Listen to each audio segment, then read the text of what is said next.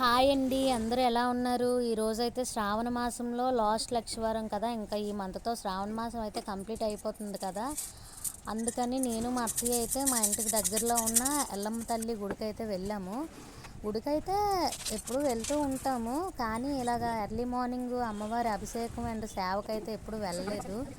ఈ రోజైతే నేను మా అత్తయ్య ఎర్లీ మార్నింగే 4కి లేచి రెడీ అయ్యి అమ్మవారి సేవకైతే వెళ్ళాము.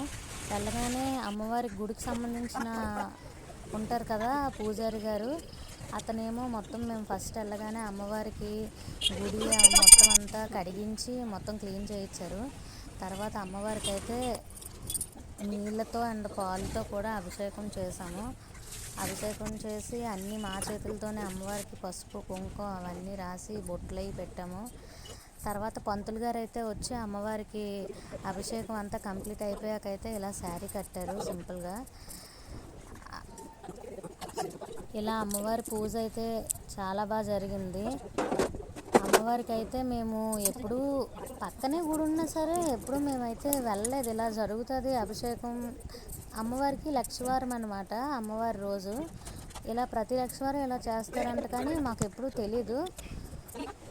కానీ ఈరోజు అయితే వెళ్ళాము శ్రావణ మాసంలో కదా అమ్మవారి గుడికి, చాలా హ్యాపీగా అనిపించింది. తర్వాత అమ్మవారి అలంకరణ మొత్తం చేస్తాం. ఇలాగా వేప కొమ్మలు ధూపం అది వేసేసి కొంతగారు అయితే అమ్మవారికి పూజ చేసేసి హారతి అదే ఇచ్చేశారు. అమ్మవారు అయితే చాలా శక్తివంతమైన అమ్మవారు. ఇక అమ్మవారికి సంబంధించిన పొట్ట అన్నమాట ఇది. వీడియో నచ్చితే లైక్ చేసి సబ్స్క్రైబ్ చేసుకోండి.